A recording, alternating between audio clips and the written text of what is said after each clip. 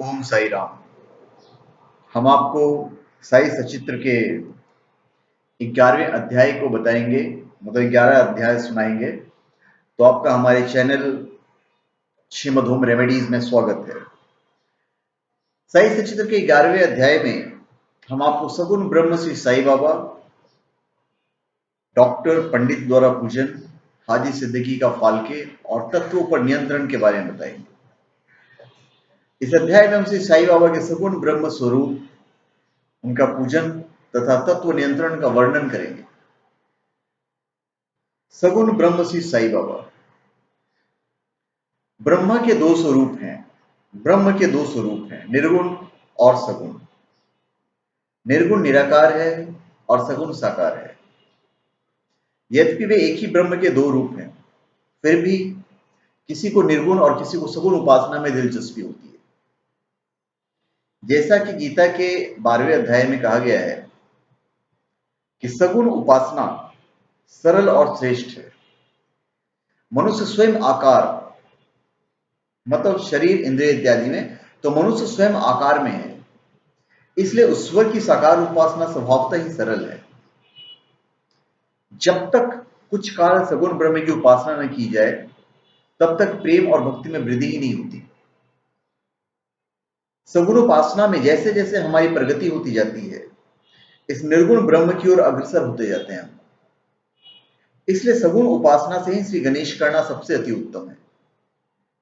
मूर्ति, वेदी, अग्नि, प्रकाश, सूर्य, जल और ब्राह्मण यादि सप्त उपासना की वस्तुएं होते हुए भी सदगुरु ही इन सब में श्रेष्ठ है।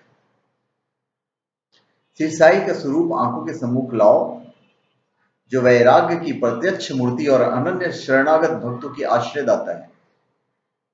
उनके शब्दों में विश्वास लाना ही आसन और उनके पूजन का संकल्प करना ही समस्त इच्छाओं का त्याग है।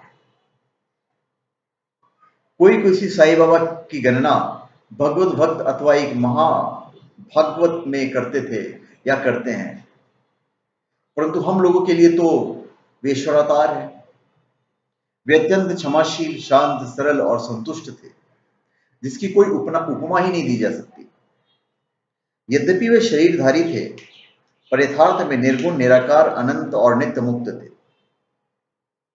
गंगा नदी समुद्र की ओर जाते हुए मार्ग में ग्रीष्म से व्यथित अनेक प्राणियों को शीतलता पहुंचाकर आनंदित करती, फसलों और वृक्षों को जीवन दान देती और जिस प्रकार प्राणियों की क्षुधा शांत करती है, उसी प्रकार श्री साई संत जीवन व्यतीत करते हुए भी दूसरों को सांत्वना और सुख पहुंचाते हैं।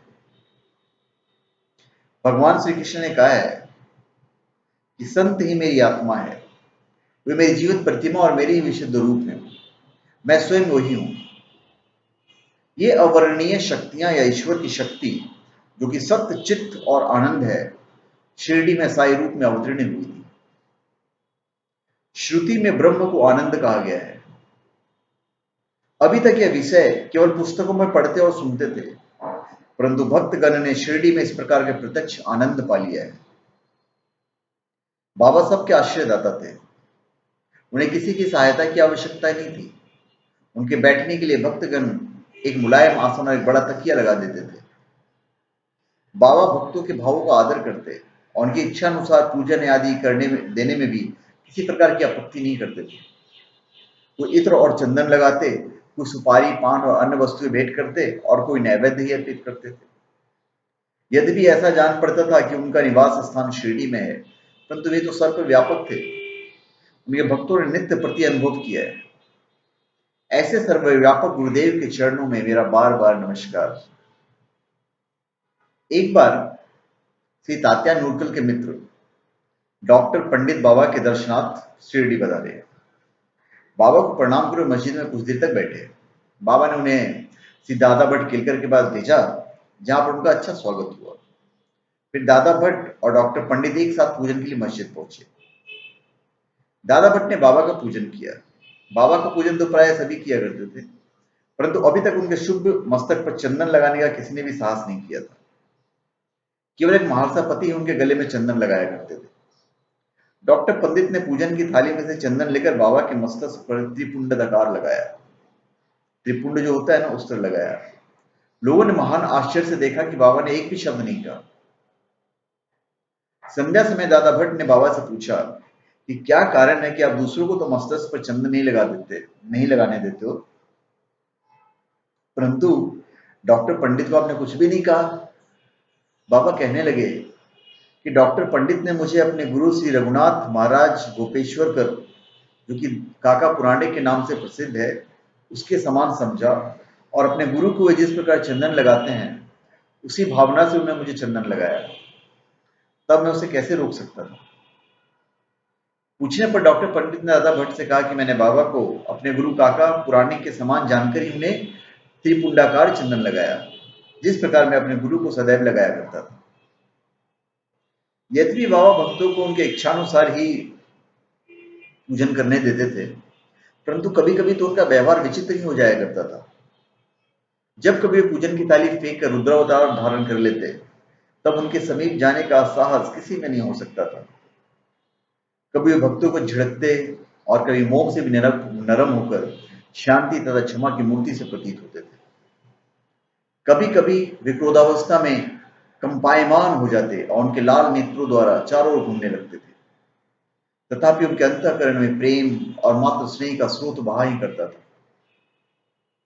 भक्तों को बुलाकर वे कहा करते थे कि उन्हें तो कुछ ज्ञात ही नहीं वे कब उन पर क्रोधित हुए। यदि यह संभव हो तो समुद्र नदियों को लौटा दे, तो वे भक्तों के कल्याण की भी उपेक्षा कर सकते हैं। वे तो भक्तों के समीप ही रहते हैं और जब भक्त उन्हें पुकारते हैं तो वे तुरंत ही उपस्थित हो जाते हैं। वे तो सदा भक्तों के प्रेम के भूखे हैं। यह कोई नहीं कह सकता था कि कब श्री साईं बाबा अपने भक्त को अपनी कृपा पात्र बना लेंगे। यह उनकी इच्छा पर निर्भर था। हाजी सिद्दी फाल्की की कथा इसी का एक उदाहरण है। कल्याण निवासी एक यवन जिनका नाम सिद्दीकी फाल्के था, मक्का शरीफ को हज करने के बाद शिरडी आए।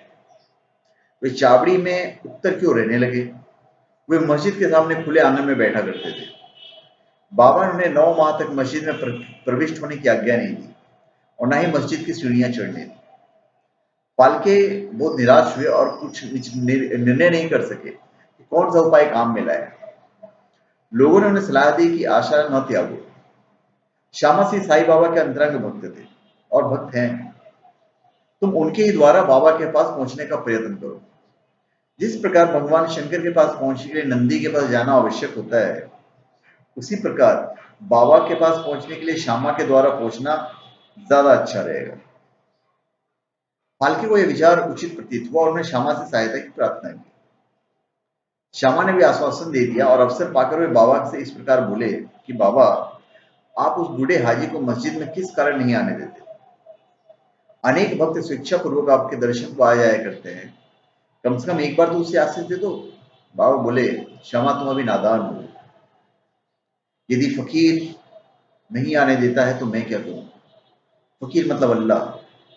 यदि अल्लाह नहीं आने देता है तो मैं क्या करूं? उनकी कृपा के बिना कोई भी मस्जिद की सीढ़ियां नहीं चढ़ सकता।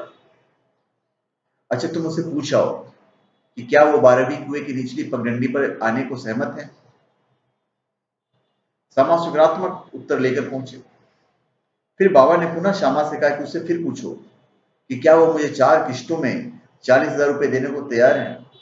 फिर श्यामा उत्तर देकर लौटे, आप कहें तो मैं 40 लाख रुपए देने को तैयार हूं। मैं मस्जिद में एक बकरा हलाल करने वाला हूँ, उससे पूछो कि उसे क्या रुचिकर होगा, बकरे का मांस, नाद या अंड गोश्त। श्यामा यह उत्तर लेकर लौटे कि यदि बाबा के भोजन पात्र में से एक ग्रास भी मिल जाए तो हाजी अपने को सौभाग्यशाली समझेगा। यह उत्तर पाकर बाबा उत्तेजित हो गए और उन्होंने अपने हाथ से मिट्टी के बर्तन उठाकर फेंक दी और कफनी उठाए हुए सीधा हाजी के पास पहुंचे। वे उनसे कहने लगे कि व्यर्थ ही नमाज क्यों पढ़ते हो, अपने श्रेष्ठता का प्रदर्शन क्यों करते हो? यह वृद्ध हाजियों के समान वेशभूषा तुमने क्यों धारण की है? क्या तुम कुरान शरीफ का इस प्रकार पठन करते हो? तुम्हें अपने मक्का हज का अभिमान हो गया है, परंतु तुम मुझसे अनभिज्ञ हो। इस प्रकार डांट सुनकर हाजी घबरा गया। बाबा मस्जिद को लौट आए और कुछ आमों की टोकरियां खरीदकर हाजी के पास भेज दी। वो स्वयं भी हाजी के पास गए और अपने पास से 55 रुपए निकालकर हाजी को दिए। इसके बाद से ही बाबा हाजी से प्रेम करने लगे और अपने साथ भोजन करने के लिए बुलाने लगे। अब हाजी भी अपनी इच्छा अनुसार मस्जिद में आने जाने लगा। कभी कभी बाबा उन्हें कुछ रुपए भी भेंट दिया करते थे। इस प्रकार हाजी बाबा के दरबार में सम्मिलित हो गया। बाबा का तत्वों पर नियंत्रण था। बाबा के तत्व नियंत्रण की तत्व नियंत्रण की दो घटनाओं के उल्लेख के साथ मैं अपना यह अध्याय समाप्त करूंगा। एक बार संध्या समय शिरडी में भयानक झंझावात आया। आकाश में घने और काले बादल छाए हुए थे। पवन झकोर रहा था। बादल गरज रहे थे और बिजली चमक रही थी। मूसलाधार वर्षा प्रारंभ हो गई। जहां देखो वहां जल ही जल दृष्टिगोचर होने लगा। सब पशु पक्षी और शिरडीवासी अधिक भयभीत होकर मस्जिद में एकत्रित हुए। शिरडी में देवियां तो अनेक हैं, परंतु उस दिन सहायता के लिए कोई नहीं आई। इसलिए सभी ने अपने भगवान साई से, जो भक्ति के भूखे थे, संकट निवारण की प्रार्थना की। बाबा को भी दया आ गई और ये बाहर निकल आए। मस्जिद के समीप खड़े होकर उन्हें बादलों की ओर दृष्टि कर गरजते हुए शब्दों में कहा कि बस शांत हो जाओ। कुछ समय बाद ही वर्षा की जोर कम हो गया और पवन मंद पड़ गई तथा आंधी भी शांत हो गई। आकाश में चंद्रदेव उदित हो गए। तब सब लोग अति प्रसन्न होकर अपने अपने घर लौट आए। एक अन्य अवसर पर मध्याह्न के समय, मतलब दोपहर के बाद के समय, धुएं की अग्नि इतनी प्रचंड होकर जलने लगी कि उसकी लपेटें ऊपर छत तक पहुंचने लगी। मस्जिद में बैठे लोगों की समझ में नहीं आता था कि जल डालकर अग्नि शांत कर दें अथवा कोई अन्य उपाय काम करें। बाबा से पूछने का साहस भी कोई नहीं कर पा रहा था। परंतु बाबा शीघ्र परिस्थिति को जान गए। उन्होंने अपना सटका उठाकर सामने खंबे पर बलपूर्वक प्रहार किया और बोला, नीचे उतरो और शांत हो जाओ। सटके की प्रत्येक ठोकर पर लपटें कम होने लगी और कुछ मिनटों में धुनी शांत और यथापूर्वक हो गई। श्री साई ईश्वर के अवतार है। जो उनके सामने नत होकर उनके शरणागत होगा, उस पर वे अवश्य कृपा करेंगे। जो भक्त इस अध्याय की कथाएं प्रतिदिन श्रद्धा और भक्तिपूर्वक पठन करेगा या सुनेगा, उसका दुखों से शीघ्र ही छुटकारा हो जाएगा। केवल इतना ही नहीं, वरन उसे सदैव से साई चरण के कमलों का स्मरण बना रहेगा और उसे अल्पकाल में ही ईश्वर दर्शन की प्राप्ति होकर उसके समस्त इच्छाएं पूर्ण हो जाएगी और इस प्रकार वह निष्काम बन जाएगा। तो यहाँ मैं अपना अध्याय खत्म करता हूँ, 11वां अध्याय, और फिर हम 12वां अध्याय भी शुरू करेंगे बहुत जल्द। तो धन्यवाद। आप हमारे चैनल में सब्सक्राइब करें और अपना कमेंट दीजिए और साथ ही साथ हमारे वीडियो को शेयर भी कर दीजिएगा। धन्यवाद।